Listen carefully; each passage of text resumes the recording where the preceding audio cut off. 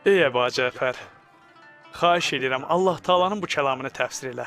Elə isə Allaha, onun rəsuluna və nazil elədiyimiz nura iman gətirin. O nur qiyamətə qədər Mühəmməd və onun əhl-i beytinə aid olan nurdur. Allahın salamı olsun ona və ailəsinə. Onlar Allahın nazil olan nurlarıdır. Onlar yerin və göyün nurlarıdır. İmamın nuru müsəlmanların qəlbindədir. Günəşin gündüz saçdığı işığından daha işıqlıdır.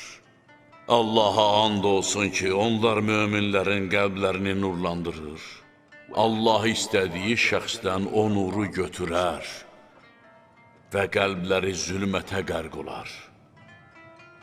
Hər kim ki bizim vilayətimizi qəbul etsə, Allah onun qəlbini pak edər. Bir kəsin qəlbi o vaxt pak olar ki, bizə tabi olsun və bizə itaət etsin.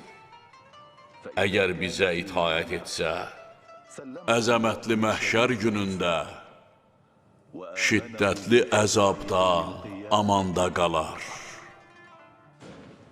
Bu Muhammed İbn Əlidir. İraq cəmaatı buna heyran olub, Bəli ağam, bu odur. Əyləşib hacılara xütbə oxuyur. huzuruna gedib verdiyim əmrləri ona çatdırarsan. İnsanlar çörəyin dairəsinə bənzərlər. Ondan istifadə edərlər. Sonra sorğu-sual olunmaqdan qorxarlar. Bu haqda Allah Taala buyurub, yerin dəyişəcəyi və həmçinin göylərin dəyişəcəyi gündə Ondan soruş ki, onlar qiyamət günündə hansı səbəbə görə yemək içmək barədə düşünməlidirlər. Tez ol. cəhənnəmin odunda cəhənnəm əhli cənnət əhlini səsləyər ki, Allahın sizə verdiyi ruzidən bizə də verin.